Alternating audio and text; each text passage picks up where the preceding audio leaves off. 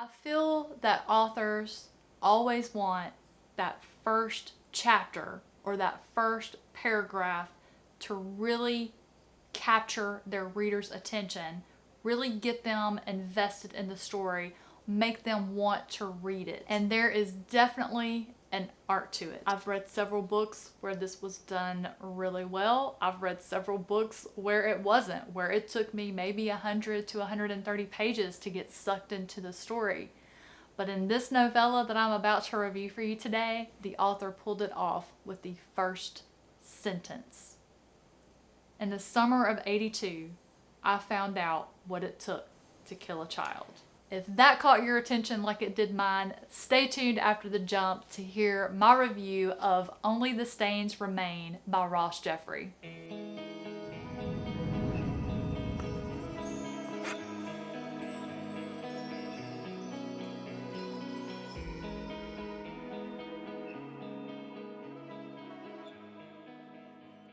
What up, nerds? My name is Leslie Smith. Welcome to The Nerdy Narrative. This is a channel where I like to talk about all sorts of bookish related things and all of the genres that I read in. My three primary favorites are science fiction, fantasy, and horror. I also love to read the classics, literary fiction, a little bit of nonfiction, and of course, my picture books, which are manga and comics. Today we're going to focus on that horror genre. I was extremely fortunate to receive an ARC for the latest novella, Only the Stains Remain by Ross Jeffery. You guys know how we booktubers are. We make monthly TBRs and that's what we stick to. Especially me. I am very OCD. I love to make lists. I love the satisfaction of checking those items off that list, and it makes me go a little crazy to deviate. Here's what happened. This ARC came in the mail and I opened it, and when I opened it, saw what it was. I knew this was coming from the press. I just didn't realize it was gonna come so quickly. But of course, the first thing I do, I always love to go in and look at the title page, see if there's any art. I love to look at the chapter headings and just put my hands on it to feel the pages. I love to look at the dedication page, and for Only the Stains Remains, it's dedicated for all the survivors. Well, that didn't make sense to me at the moment, but when I flip to the next page, it's the content warning page, and it says, this book contains the subject of child abuse. I have, to the best of my ability, tried to portray these events tastefully, but I also have not shied away from the matter either. And I can absolutely confirm that statement. It was not graphically detailed, but there was enough information given to the reader to be able to understand what was taking place. And then it further states that there are also descriptions of torture and injury detail. And for a horror novella, the torture and injury that were contained in these pages was right on par with what I've seen in tons of horror novels. So if you love to read horror, you're not going to have any trouble with that torture or injury that's listed.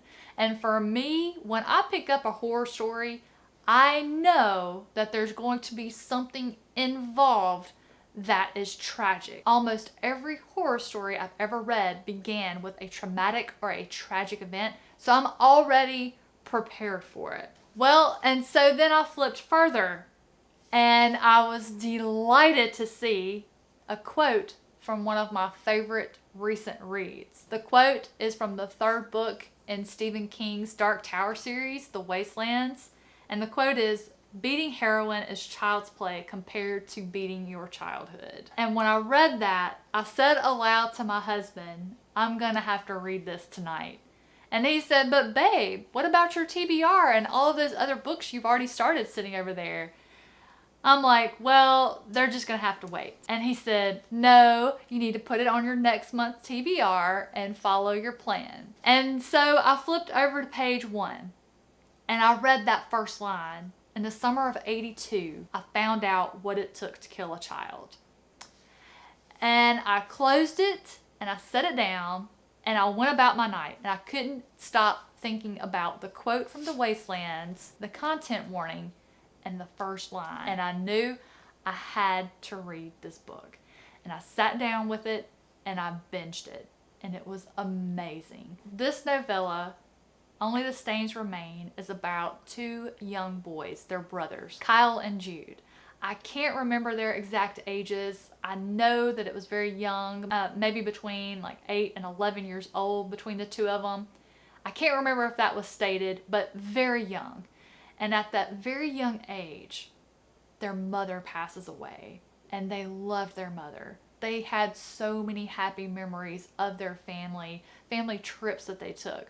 But when the mother died, and not only did she died of cancer. They watched her waste away slowly over time. She dies, and the father checks out. He is just there physically. That's it. And what happens next is the mother's brothers, Kyle and Jude's uncles, move in. They had never met these uncles. Their mother had never let them meet them.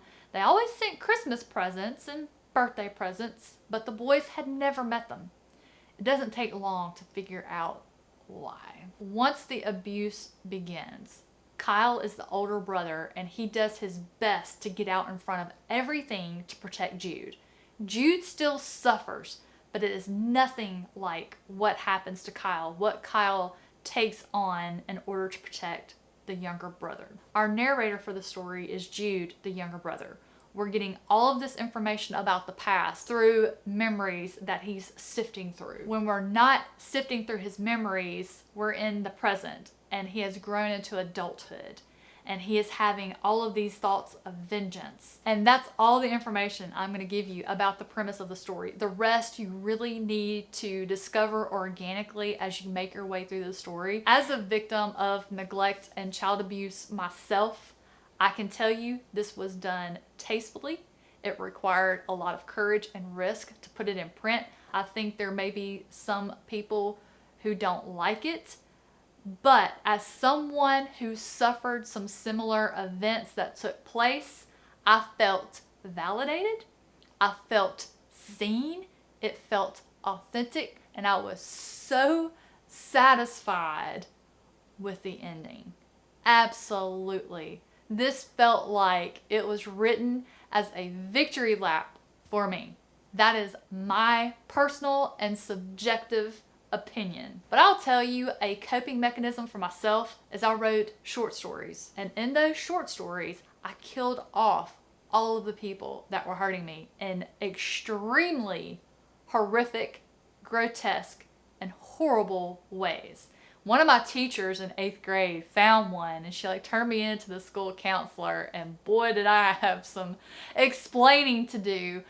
But that was my coping mechanism. That was my therapy. As a child, when you're going through this type of child abuse, you don't talk about it to anybody. Mostly because you've been threatened you'll receive worse, or you blame yourself. You think there was something you did. You're a child. You don't know that it's not your fault. You don't know there are options.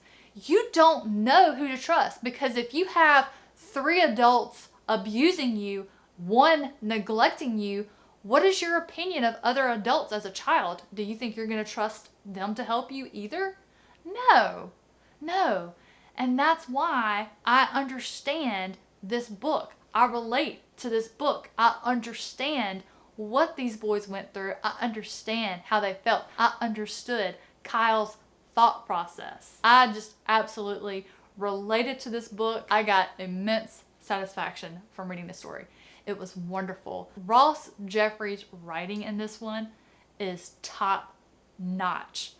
Absolutely could not have been better. I loved his word choices, his descriptions. While he was purposefully vague about the abuse that was occurring, he gave you enough information to infer what was happening. He left that to the reader to determine how far they wanted to go with that. I just thought it was masterfully done. I loved the imagery. I loved the thought process of the main character. I just absolutely loved this book. I gave it 5 stars.